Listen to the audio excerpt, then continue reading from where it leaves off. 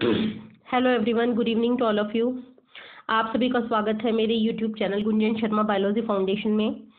आज हम 11th class biology के 19 chapter excretory product and their elimination को इस वीडियो में डिस्कस करेंगे। ये इस चैप्टर का फर्स्ट पार्ट है जिसमें हम main points like introduction of the excretory system of human beings, structure of kidney, structure of nephron, जो भी ये मेन टॉपिक्स हैं उनको डिस्कस करने वाले हैं। और वीडियो का ज़्यादा से ज़्यादा बेनिफिट लेने के लिए इसका फुल सेशन आप देखें, इसको एंजॉय करें। आइए स्टार्ट करते हैं आज का वीडियो।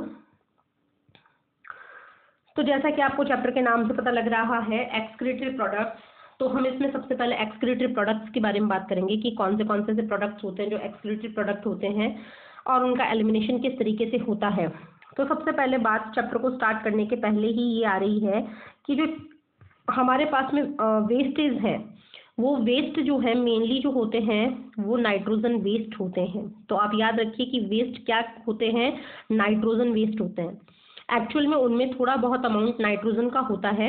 और ये जो नाइट्रोजन वेस्ट होते हैं ये 3 टाइप के होते हैं। पहला जो होता है वो होता है यूरिया, सेकंड जो होता है वो होता है यूरिक एसिड, और थर्ड जो होगा वो होगा अमोनिया। तो ये जो 3 प्रोडक्ट हमारी बॉडी में बनेंगे, यूरिया, यूरिक एसिड और अमोनिया, ये highly toxic to least toxic हमारी बॉडी के लिए होते हैं, पॉइजनस होते हैं अगर इनका एक्यूमुलेशन हो जाए तो इसीलिए टाइम टू टाइम बॉडी जो है इनको रिमूव करना चाहती है। और इनको रिमूव करने की प्रोसेस जो होती है वो एक्सक्रीशन कहलाती है, जिसको कि हम चैप्टर में देखेंगे, उनके बारे में डिस्कस करेंगे।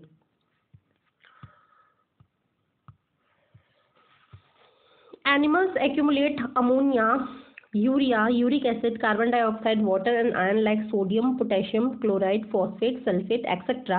either by metabolic activity or by other mean like excess ingestion. अब जैसा कि ये चैप्टर आपको बता रहा है, ये लाइंस आपको बता रही हैं कि हमारे शरीर में जो है स्टोरेज किन किन वेस्ट का होता है, अमोनिया का, यूरिया का, यूरिक एसिड्स का, कार्बन डाइऑक्साइड का, वाटर का, और सोडियम, पोटाशियम, क्लोराइड और फॉस्फेट और सल्फेट्स जो हैं उनको भी, ये भी हमारी बॉडी में इकट्ठे हो जाते हैं। इनको भी बॉडी से बाहर की तरफ जो है रिमूव किया जाता है। इकट्ठा होने के, स्टोर होने के दो एक तरीके से रीज़न होते हैं। या तो हमारी बॉडी में होने वाली मेटाबॉलिक एक्टिविटीज़ जो है वो उसके लिए रेस्पॉन्सिबल होती हैं, या हमारे द्वारा किया गया एक्सेस इंजेशन, जो भी फूड पार्टिकल्स हमारे थ्रू खाए जाते हैं वो इसका कारण बनते हैं। These substance have to be removed totally और पार्शियली। तो या तो इन सब्सटेंस को टोटली बाहर निकाला जाता है या थोड़ा बहुत अमाउंट में इनको बाहर निकाला जाता है, थोड़े बहुत अमाउंट में बॉडी के अंदर रखा जाता है। In this chapter you will learn the mechanism of elimination of the substance with special emphasis on common nitrogen waste. इस चैप्टर में हम जो बात करेंगे वो बात करेंगे नाइट्रोजन वेस्ट के लिए, कि नाइट्रोजन वेस्ट को हम शरीर से बाहर कैसे निकालें। Ammonia, urea and uric acid are the major form of nitrogen waste excreted by the animal. Ammonia is the most toxic form and require large amount of water from its elimination, whereas uric acid, being the least toxic, can be removed with minimum loss of water. अब जो यहाँ पर हम relation देख रहे हैं, तो उस रिलेशन को हम इस तरीके से मेंशन कर सकते हैं कि कौन सबसे ज़्यादा टॉक्सिक होता है और कौन कम, सबसे कम। तो अगर हम बात करें अमोनिया की, तो अमोनिया जो है ये बहुत ज़्यादा टॉक्सिक होता है, किसके कंपेयर में, यूरिया के कंपेयर में। और जो यूरिया है वो बहुत ज़्यादा टॉक्सिक होता है किसके कंपेयर में, यूरिक एसिड के कंपेयर में। अब हम अगर वाटर की बात करें कि वाटर किसके अंदर ज़्यादा चाहिए, तो देखिए अमोनिया जो है उसको रिमूव करने के लिए वाटर की कंसंट्रेशन मैक्सिमम चाहिए। इससे कम वाटर चाहिए यूरिया को अपने आप को रिमूव करने के लिए, और सबसे कम जो वाटर चाहिए वो चाहिए यूरिक एसिड को। यही रीज़न है कि डेजर्ट में पाए जाने वाले जो ऑर्गेनिजम्स होते हैं, एनिमल्स होते हैं, वो अपना जो एक्सक्रीटा होता है यूरिक एसिड के फॉर्म में बाहर निकालते हैं, क्योंकि उनका एलिमिनेशन जो होता है वो कम पानी के अंदर ही हो जाता है, तो पानी का वेस्टेज भी ज़्यादा नहीं होता। नेक्स्ट अगर हम देखें कि जो हमने ये देखा है टॉपिक, इसमें इस तरीके से 3 टाइप के जो ये प्रोडक्ट हैं उनको एक्सक्रीट किया जाएगा। These forms of the nitrogen waste excreted by animal, ammonia is the most toxic form and require large amount of water for its elimination, whereas uric acid being the least toxic can be removed with minimum loss of water. ये हमने बात की किस तरीके से पानी की जो है कंसंट्रेशन यहाँ पर हेल्प करेगी। The process of excreting ammonia is ammonotalism. many bony fishes, aquatic amphibians and aquatic insects are ammonotelic in nature। तो यहाँ आपको 2 मार्क का क्वेश्चन जो है मिलने वाला है। क्वेश्चन इस तरीके से फ्रेम होगा कि अमोनोटैलिज्म क्या होता है। तो those organisms which can remove their excreta in the form of ammonia, they are called the ammoniotelic organisms। And for example of ammoniotelic organisms, first bony fishes, second aquatic amphibian, third aquatic insects। इसी तरीके से अगर हम बात करें कि और कौन से होते हैं, तो ammonia as it is readily soluble is generally excreted by diffusion across body surface और through gill surface in fish as ammonium ion. Ammonia को बाहर निकालने के 2 तरीके होते हैं, या तो ये डिफ्यूजन के थ्रू बाहर निकल जाएगी, अपनी हाई कंसंट्रेशन से लेके लो कंसंट्रेशन की तरफ चली जाएगी, या पर्टिकुलर गिल्स के थ्रू इसको बाहर निकाला जाएगा और गिल्स जो है वो निकालेंगे अमोनियम आयंस को, यानी कि NH4 प्लस आयंस को। तो ये जो NH4 प्लस आयंस हैं उनके फॉर्म में अमोनिया बॉडी के बाहर निकलेगी। Kidney do not play any significant role in its removal. और अगर हम बात करें कि यहाँ किडनी क्या फंक्शन प्ले करेगी, तो उसका कोई भी इसमें रोल नहीं होता, अमोनिया को बाहर निकालने में कोई भी इनका रोल नहीं होता। Terrestrial adaptation necessitates the production of lesser toxic nitrogen waste like urea and uric acid. अब टेरेस्ट्रियल का मतलब है लैंड डेवेलिंग फॉर्म, जो जमीन पर रहते हैं उनके जमीन पर रहने के लिए स्पेशल टाइप के अडाप्टेशंस हैं, और वो अडाप्टेशंस जो हैं उनके लिए ये ज़रूरी है कि वो अपने शरीर में लेसर टॉक्सिक नाइट्रोजन वेस्ट बनाएं। तो जैसे कि या तो यूरिया का फॉर्मेशन करें या यूरिक एसिड का फॉर्मेशन करें। Mammals, many terrestrial amphibian and marine fishes. तो 3 इसके एग्जाम्पल हैं। पहला है मैमल, दूसरे है मैनी टेरेस्ट्रियल एम्फीबियन, और थर्ड है फिशेस जो कि बहुत ज़्यादा है, वो अपने शरीर से यूरिया को बाहर निकालते हैं, इसीलिए वो कहलाते हैं ureotelic organism. Ammonia produced by metabolism is converted into urea in the liver of this animal and release into the blood which is the filtered and excreted out by the kidney. अब यहाँ पर बात आती है कि ये urea बना कैसे। तो यहाँ पर ध्यान देने वाली बात ये है कि हमारे जो शरीर में अमोनिया होती है, अमोनिया, वो अमोनिया कन्वर्ट हो जाती है किसके अंदर, यूरिया के अंदर। और ये जो कन्वर्जन होता है, ये कन्वर्जन होता है किसके अंदर, लिवर के अंदर, लिवर के अंदर। और लिवर के अंदर ये जो कन्वर्जन है इसका एक स्पेशल नाम होता है, वो नाम होता है ऑर्निथिन आर्जिनिन साइकिल। ध्यान दीजिए इधर, अमोनिया का कन्वर्जन यूरिया में होता है, और वो कहाँ होता है, वो होता है लिवर के अंदर। और ये जो साइकिल है, इस साइकिल को कहते हैं ऑर्निथिन आर्जिनिन साइकिल। तो यहाँ से भी आपको पूछा जा सकता है कि ऑर्निथिन जो साइकिल है उसका अकरेंस कहाँ होता है, तो वो होता है लिवर में। और इस साइकिल में होता क्या है, अमोनिया जो है वो कन्वर्ट होती है यूरिया के अंदर, और इस तरीके से जो है यूरिया को बॉडी के बाहर निकालने वाले ऑर्गेनिजम्स कहलाते हैं यूरियोटैलिक। तो ये हमने देखा इसमें। नेक्स्ट उसके बाद में हम बात कर रहे हैं some amount of urea may be retained in the kidney matrix of some of these animal to maintain desired osmolarity। अब osmolarity क्या होती है, total concentration of solute. Total concentration of solute को मेंटेन करने के लिए थोड़ा बहुत अमाउंट जो है यूरिया का वो शरीर में रह जाता है। और रेप्टाइल, बर्ड्स और लैंड स्नेल्स की अगर बात करें, तो इंसेक्ट्स की भी बात करें, तो इनके अंदर जो नाइट्रोजन वेस्ट होगा वो नाइट्रोजन फॉर्म ना तो अमोनिया होगी ना यूरिया होगी, वो जो होगी वो पैलेट और पेस्ट के फॉर्म में होगी, गोलियों के रूप में सेमी सॉलिड फॉर्म में होगी। और यूरिक एसिड के इसमें पैलेट और जो है एक तरीके से पेस्ट बनेगा, और इसमें जो होता है मिनिमम लॉस होता है वाटर का, इसीलिए ऑर्गेनिज्म कहलाते हैं यूरिकोटैलिक। तो अगर हम बात करें कि on the basis of the excretion how many types of organisms are found in the living world, तो अगर एक्सक्रिएशन के बेस पे देखा जाए तो मेजर फॉर्म जो होती है वो 3 होती हैं। तो 3 में अगर हम फर्स्ट की बात करें तो वो हो गई हमारी अमोनोटैलिक ऑर्गेनिज्म, अमोनोटैलिज्म, इसके एग्जाम्पल्स हो गए बोनी फिशेस वगैरह। सेकेंड जो हो गया वो हो गया यूरियोटैलिज्म। जिसमें कि मैमल है, फिशेस हैं। और थर्ड जो हो गया वो यूरिकोटैलिक। और इसके अगर हम बात करें यूरिकोटैलिक की, तो यूरिकोटैलिक के अंदर क्या आ गए, जैसे कि आपके बर्ड्स आ गए, इंसेक्ट्स आ गए और रेप्टाइल्स आ गए। तो ये जो सारी चीज़ें हैं ये इसमें आती हैं।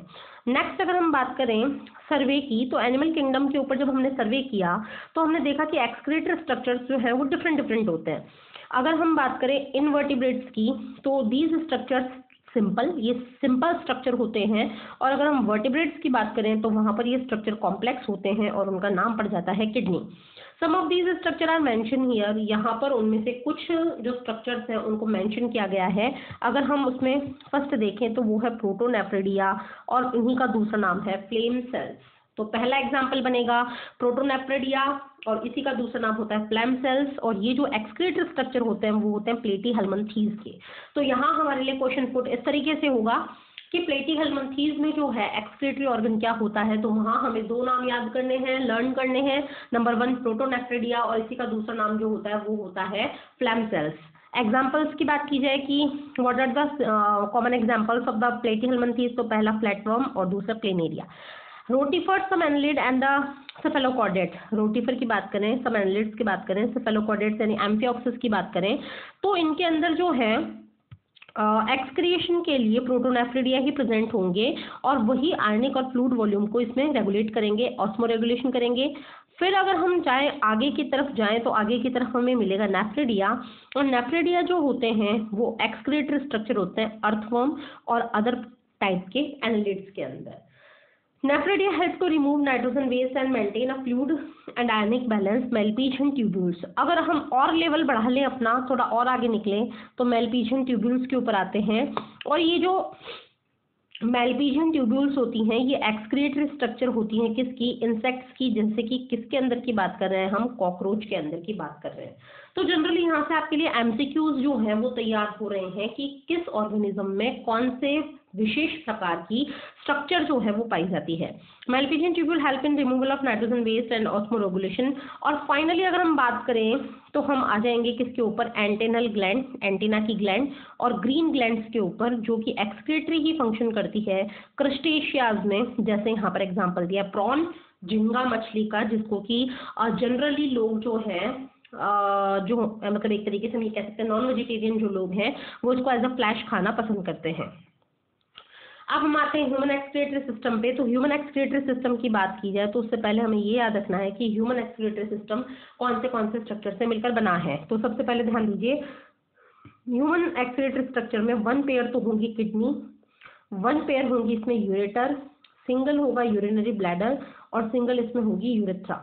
ये सब ऑर्गन्स मिलकर बनाएंगे हमारा human excretory system. In human, the excretory system consists of pair of kidney, 1 pair of ureter, 1 urinary bladder and urethra। तो इसको हम क्या कर लेंगे, यहाँ पे अंडरलाइन कर लेंगे। ये सारी चीजें जो हैं यहाँ पर हमारे लिए क्वेश्चन के फॉर्म में आने वाली हैं, जिसको हमें हाईलाइट करना है। Kidneys are reddish brown. Kidneys की बात की जाए तो किडनीज का जो मतलब एक तरीके से कलर होगा, तो याद रखिए किडनी जो है वो रेडिश ब्राउन होती है। तो जैसे कि आप नोट्स बनाएंगे तो यहाँ पे नोट्स किस तरीके से बनाए जा सकते हैं, यहाँ नोट्स बनाने का तरीका वही रहेगा। जैसे कि हम हेडिंग डालेंगे किडनी, तो सबसे पहले हम बात करेंगे किडनी का कलर कैसा होगा। तो किडनी का जो कलर होता है, तो हमने हेडिंग यहाँ पे डालेंगे, हमारे लिए हेडिंग हो जाएगी किडनी। और हेडिंग के अंदर हम जो है फर्स्ट पॉइंट लिखेंगे कि इसका जो कलर है वो कैसा होता है, रेड ब्राउन होता है, रेडिश ब्राउन होता है। इसका फर्स्ट पॉइंट ये हो जाएगा रेड ब्राउन। इसका जो है मतलब एक तरीके से वेट कितना होता है, तो 120 से लेके 170 ग्राम, इस तरीके से सो ऑन पॉइंट आगे चलते जाएंगे और हम किडनी को जो है एक्सप्रेस करते जाएंगे। तो किडनी को वापस हम देख रहे हैं कि किडनी कैसी है क्या नहीं है। तो किडनी का जो कलर देखें तो वो रेडिश ब्राउन होता है। शेप इसका बीन लाइक होता है, राजमा के जैसे होता है। ये जो है कहाँ से कहाँ तक होती है, लास्ट थोरेसिक से लेके थर्ड वर्टिब्रा, लंबर वर्टिब्रा के बीच में पाई जाती है। मैं एक बार और आपको थोड़ा सा इसको रिपीट करूंगी क्योंकि ये नेक्स्ट जो चैप्टर है उसके क्वेश्चन से है। हमारी बॉडी के अंदर डिफरेंट डिफरेंट टाइप की वर्टिब्राज होती हैं, जिसमें कि जो नेक की वर्टिब्रा होती है वो कहलाती है सर्वाइकल वर्टिब्रा, और थोरेसिक कैविटी की जो होती है वो कहलाती है थोरेसिक वर्टिब्रा, और जो वेस्ट पोर्शन की कमर के पोर्शन की होती है वो कहलाती है लंबर वर्टिब्रा। तो अगर हम किडनीज की बात करें कि किडनी कौन से वर्टिब्राज के पास में है, तो ये लास्ट थोरेसिक से लेके थर्ड लंबर के बीच में प्रेजेंट होती है। डॉर्सल सरफेस पे होती है, यानी कि जहाँ बैकबोन होती है उधर होती है, और उसके बाद एब्डोमेन कैविटी के आसपास रहती है। Each kidney of an adult human measures 10 to 12 centimetre length. जो ये किडनीज हैं, इनकी लेंथ की बात की जाए तो वो लेंथ जो होती है 10 to 12 सेंटीमीटर। यहाँ पर याद करने की बात है कि इसकी लेंथ कितनी होगी, 10 से 12 सेंटीमीटर, और विड्थ होगी 5 to 7 सेंटीमीटर, और इसकी थिकनेस जो होगी वो 2 to 3 सेंटीमीटर होगी। और अगर इसका एवरेज वेट हम देखें तो वो 120 से लेके 170 ग्राम तक होगा, एवरेज जो वेट होता है वो। Towards the centre of the inner concave surface of kidney is a नोच। अंदर की तरफ इसमें एक गड्ढा होगा, नोच होगा, जिसको कि हम कहेंगे हाइलम, और इस हाइलम में से ही होकर आगे की तरफ ureter, blood vessel, nerve enter करेंगी, और हाइलम ही एक ऐसा ब्रॉड फनल शेप में कन्वर्ट होगा जिसको कोई हम कहेंगे रीनल पेल्विस, और इसमें से जो प्रोजेक्शंस निकलेंगे वो कहलाएंगे कैलिसेस। और कैलिसेस जो हैं, जो प्रोजेक्शंस हैं जिनको कि अभी हम डायग्राम बनाकर देखेंगे, उसमें जो कैलिसेस है वही आगे जाके मेडुलरी पिरामिड में कन्वर्ट होंगे। आगे हम बात करते हैं कि किडनी जो है 2 पोर्शंस पर डिवाइड होती है। इसके जो 2 पोर्शंस होते हैं वो कुछ इस तरीके से होते हैं कि इसमें जो 2 जोन्स होंगे, तो आउटर वाला जोन कहलाएगा कॉर्टेक्स, और इनर वाला जोन जो कहलाएगा मेडुला। तो the medulla is divided into a few conical masses. Medulla जो है कॉनिकल मासेस में कन्वर्ट होगा, जिसको हम कहेंगे मेडुलरी पिरामिड्स, और ये जो पिरामिड्स हैं ये प्रोजेक्ट करेंगे कैलिसिस की तरफ। और जो कॉर्टेक्स है वो कभी कभी क्या होता है, अंदर की तरफ एंटर हो जाता है, किसके अंदर, मेडुला के अंदर। तब ये जो कॉलम्स बनते हैं वो कहलाते हैं कॉलम्स ऑफ बर्तीनी। तो हम इनको जो है एज अ डायग्राम के बेस पे देखते हैं कि डायग्राम कैसा होगा इसका। तो सबसे पहले हम एक्सक्रीटरी सिस्टम की बात करते हैं। तो मैंने आपको बताया कि हमारी बॉडी के अंदर जो है 2 टाइप्स के किडनी है। तो ये हमारी 2 टाइप्स की किडनी हो गई। किडनी से जो है ये 2 हमारे निकल रहे हैं यूरेटर्स, और यूरेटर्स निकलने के बाद ये जो यहाँ पर ये आ गया यूरिनरी ब्लैडर, और ये सिंगल हो गई यूरिथ्रा। नेक्स्ट हम यहाँ पर बता रहे हैं कि यहीं कहीं पर ये डॉर्सल ओटा और वेना केवा भी प्रेजेंट होती हैं, जो कि ब्लड वेसल्स के थ्रू इसमें एंट्री लेती हैं हाइलम के अंदर। साथ ही साथ इसके अंदर जो है, ये तो है ह्यूमन एक्सक्रीटरी सिस्टम का स्ट्रक्चर। अगर हम इसके साथ साथ की बात करें तो ये हमारा पहला नाम हम लिख लेते हैं कि ये हमारी किडनी है, किडनी 1 पेयर। ये हमारी हो गई यूरेटर 1 पेयर। ये हमारा हो गया यूरिनरी ब्लैडर, ये सिंगल हो गया यूरिनरी ब्लैडर, और ये हो गया हमारा यूरेथ्रा जो कि 1 है। इस तरीके से ये हमें बताना है एक्सक्रीटरी सिस्टम। एक्सक्रीटरी सिस्टम के बाद की बात अगर हम और करें कि हमारी जो किडनी है उसका हम टीएस लेके देखें कि किडनी कैसी होती है, किस तरीके से वर्क करती है। तो किडनी के लिए हम इतना सा ले सकते हैं कि किडनी एक तरीके से बीन शेप होती है, इस तरीके से, ये बीन शेप। इसके अंदर जो ये 2 टाइप के पोर्शंस हैं, तो हम इसको बना लेते हैं। आउटर मोस्ट जो लेयर है इसकी, यहाँ तक की,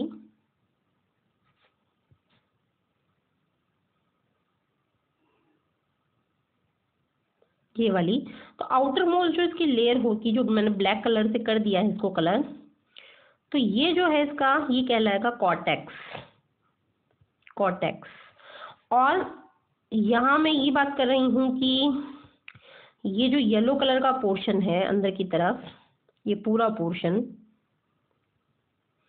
ये येलो कलर का पोर्शन इसका कहलाएगा मेडुला। और अगर हम बात करें कि इसके अंदर जो ये दिख रहा है आपको ये स्ट्रक्चर, ये है इसका हाइलम, जो नोच होती है। इस हाइलम में से अंदर की तरफ जो है डिफरेंट टाइप की वेन्स एंटर कर रही हैं, डिफरेंट टाइप की यूरेटर्स इसके से अंदर से निकल रही हैं। ये सारी स्ट्रक्चर्स इसके अंदर एंटर कर रहे हैं जो भी है हाइलम के अंदर। और ये हाइलम जो है अंदर जाकर एक विशेष प्रकार के स्ट्रक्चर की तरह ओपन हो रहा है। ये देखिए, ये पूरा ये स्ट्रक्चर ये ओपन हो रहा है, ये पूरा। तो इसको हम कहेंगे रीनल पेल्विस। Renal pelvis. और रीनल पेल्विस जो है वो डिफरेंट टाइप के प्रोजेक्शंस में कन्वर्ट होगा। तो ये 1 प्रोजेक्शन, ये 2 प्रोजेक्शन, 3 प्रोजेक्शन, 4 प्रोजेक्शंस। तो ये प्रोजेक्शंस जो हैं ये कहलाते हैं कैलिसेस। और कैलिसेस जैसे ही कैलिसेस की बात कर रहे हैं तो कैलिसेस में क्या होगा कि जो ये मेडुला है ये कॉनिकल मास्क बना लेता है, इस तरीके से कॉनिकल शेप में आ जाता है। तो यहाँ हम देखें तो ये कॉनिकल शेप बनते जा रहे हैं इसके। तो ये जो कॉनिकल शेप होंगे इसके मेडुला के, ये कॉनिकल शेप कहलाएंगे मेडुलरी पिरामिड। तो हमने यहाँ पर लिखा ये हमारा हो गया मेडुलरी पिरामिड। और साथ ही साथ यहाँ पर जो बात है ढंग की वो ये है कि कहीं कहीं पर जो ये हमारा मेडुला था, ये जो कॉर्टेक्स था, सॉरी, ये कॉर्टेक्स क्या करता है, मेडुला पोर्शन में एंटर हो जाता है इस तरीके से। ये कॉर्टेक्स जो है ये मेडुला पोर्शन में अंदर की तरफ एंटर हो चुका है ब्लैक कलर से। तो ये जो पोर्शन अंदर की तरफ एंटर हो चुका ये कहलाता है कॉलम्स ऑफ बर्तीनी। यानी कि कभी कभी कुछ पोर्शंस जो कॉर्टेक्स के होते हैं वो इन कॉनिकल मासेस के बीच बीच में जो गैप बना हुआ है वहां पर एंटर कर जाते हैं। तब ये एंटर कर जाते हैं तब ये कहलाते हैं कॉलम्स ऑफ बर्तीनी। तो ये जो था ये स्ट्रक्चर है किडनी का ट्रांसफर सेक्शन। इसमें किडनी आपको जनरली शो हो रही है। तो किडनी का जो हम ये कह सकते हैं कि किडनी की जो लेंथ है वो कितनी है, वो उसकी विड्थ कितनी है, और फाइनली उसकी जो एक तरीके से हम बात करें थिकनेस कितनी है, उसका वेट कितना है, इसके अंदर कैसे कैसे स्ट्रक्चर है, इन सबको हम लिखकर उसका ट्रांसफर सेक्शन जो है वो देख सकते हैं किडनी का। नेक्स्ट उसके बाद में जो है each kidney has nearly 1 million complex tubular structure called nephrons, which are the functional unit. Each nephron has 2 parts, the glomerulus and the renal tubule. Glomerulus is tuft of capillary formed the afferent arteriole, a fine branch of renal artery that from the glomerulus is carried away by the efferent arteriole. अब हमने चूंकि यहाँ पर जो है kidney के portion को देख लिया, तो अब हम जो देखने वाले हैं वो देखेंगे नेफ्रॉन्स को, कि जो किडनी है वो 1000 टाइप्स की या मिलियंस टाइप्स की जो है नेफ्रॉन से मिलकर बनी होती है। तो नेफ्रॉन के अंदर 2 टाइप के स्ट्रक्चर होते हैं। सबसे पहले हम जो बनाएंगे वो बनाएंगे कप लाइक स्ट्रक्चर। तो ये हमने यहाँ पर कप लाइक स्ट्रक्चर बनाया, और कप लाइक स्ट्रक्चर के बनाने के बाद ट्यूबुलर स्ट्रक्चर बनाया,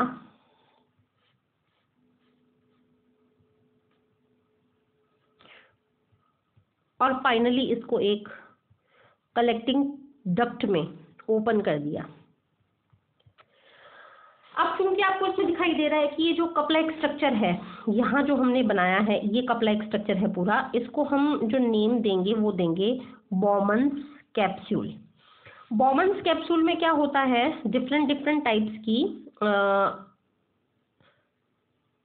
आर्टरीज पाई जाती हैं। एक होती है एफरेंट आर्टरी और एक होती है इफरेंट आर्टरी। एफरेंट आर्टरी क्या करेगी, एफरेंट आर्टरी जो है वो ब्लड को लेकर आएगी फिल्टर करने के लिए, और इफरेंट जो आर्टरी है ये ब्लड को लेकर जाएगी। फिल्टर जब ब्लड हो जाएगा तो उसको लेकर जाएगी। तो एक तो हो गई ये जाने वाली, तो कहलाती है इफरेंट आर्टरी, और लेकर आने वाली कहलाती है एफरेंट आर्टरी। तो यहाँ पर जो ये आर्टरीज आती हैं, आर्टरीज की जो एक तरीके से हम ये कह सकते हैं स्मॉल जो यूनिट्स होती हैं वो कहलाती हैं कैपिलरीज। तो कैपिलरीज का एक तरीके से बंच बन जाता है इसके अंदर, और जो कैपिलरीज का बंच बन जाता है वो कहलाता है ग्लोमेरुलस। और जो ये बोमन्स कैप्सूल और ग्लोमेरुलस है उनको मिक्स फॉर्म में मिलाकर कहते हैं मेलपीजियन ट्यूब्यूल, मेलपीजियन कार्पस्कल या रीनल कार्पस्कल। और यहाँ पर ये जो ट्यूब लाइक स्ट्रक्चर हमें दिखाई दे रही है जो कि बहुत पास में है, कॉइल्ड है, ये कहलाती है PCT, proximal convoluted tubule.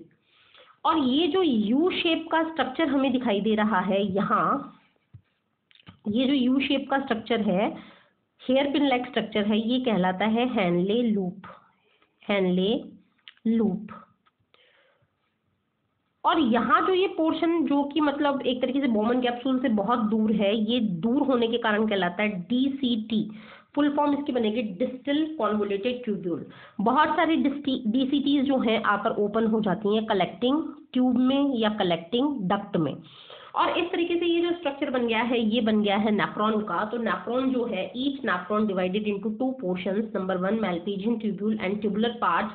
Malpighian tubule has two parts, a single cup-like structure called Bowman capsule and a group of capillaries which is known as the glomerulus. Tubular portion divided into three parts. First part is the PCT, which is the nearby present of the Bowman capsule, and full form of the PCT is the proximal convoluted tubule. Second portion is the U shape or hairpin loop type. This is known as the Henle loop. And third portion is the distal portion, which is known as the DCT, and full form of DCT is the distal convoluted tubule. Many DCTs open into the collecting tube or collecting duct, and since this type of diagram show the structure of the detailed nephron structure. And glomerulus has two different types of the arteries. Single artery, afferent artery, and another artery is the efferent artery. तो ये जो arteries के collection है, ये जो पूरी process है, इसमें हम इस प्रोसेस को हम देखेंगे नेक्स्ट वीडियो में, जहाँ पर हम यूरिन फिल्ट्रेशन की बात करेंगे। तो यूरिन फिल्ट्रेशन जो है वो 3 स्टेप में होगा, यूरिन फॉर्मेशन जो है वो 3 स्टेप में होगा। जो हमने बोमन कैप्सूल देखा है, ग्लोमेरुलस देखा है, यहाँ पर अल्ट्रा फिल्ट्रेशन की प्रोसेस होगी। पीसीटी, हेनले लूप और डीसीटी के अंदर सेलेक्टिव रीअब्जॉर्प्शन होगा, और जब वो सारा मटेरियल जो है कलेक्टिंग डक्ट में आएगा तो उसको हम कहेंगे सिक्रेशन। तो इस तरीके से जो है पूरा प्रोसेस हम यूरिन फिल्ट्रेशन का या यूरिन फॉर्मेशन का देखेंगे नेक्स्ट वीडियो में। ये डायग्राम वगैरह मैं आपको क्लियर कर चुकी हूँ सारे। उसके बाद में हम बात करेंगे the renal tubule begin with a double wall cup like structure called Bowman capsule which enclose the glomerulus. Glomerulus along with Bowman's capsule is called the Malpighian body और रीनल कार्पस्कल। ये भी हमने बात कर ली है। प्रॉक्सिमल कॉन्वोल्यूटेड ट्यूब्यूल्स वगैरह की बात कर ली है। तो ये जो डायग्राम है, इस डायग्राम को भी मैंने आपको समझा दिया है। असेंडिंग और डिसेंडिंग की बात करनी थी कि ये जो बच्चों एक्चुअल में ये जो हेनले लूप है, इसमें एक पोर्शन ऊपर से नीचे आ रहा है इस तरीके से ये, और एक पोर्शन नीचे से ऊपर जा रहा है। तो जो ऊपर से नीचे आ रहा है ये कहलाता है डिसेंडिंग पोर्शन, और ये जो नीचे से ऊपर जा रहा है ये कहलाता है असेंडिंग पोर्शन। तो हेनले लूप के जो हैं 2 टाइप के पोर्शंस होते हैं, असेंडिंग और डिसेंडिंग। इस तरीके से हमने ये सारा स्ट्रक्चर देख लिया है। आई होप आज का वीडियो आपको समझ में आया होगा। जो कंसेप्ट थे किडनी से रिलेटेड वो आपके क्लियर हुए होंगे। जो नेक्स्ट हमारा रिमेनिंग पार्ट है उसके लिए हम जल्द ही इसी चैनल पर इसका सेकंड पार्ट लेकर आएंगे। तब तक के लिए आप चैनल से जुड़े रहें, अपने रिवीजन को करते रहें, ताकि आपको किसी भी प्रकार की कोई प्रॉब्लम ना हो। आपको वीडियो कैसा लगा, अगर आपको जो भी आपके कोई फीडबैक्स हैं वो आप कमेंट सेक्शन में लिखकर मुझे बता सकते हैं। कोई क्वेरी हो आपको उसको भी लिख सकते हैं। अगर आपको वीडियो पसंद आया हो तो लाइक बटन को जरूर प्रेस कीजिएगा। Have a nice day.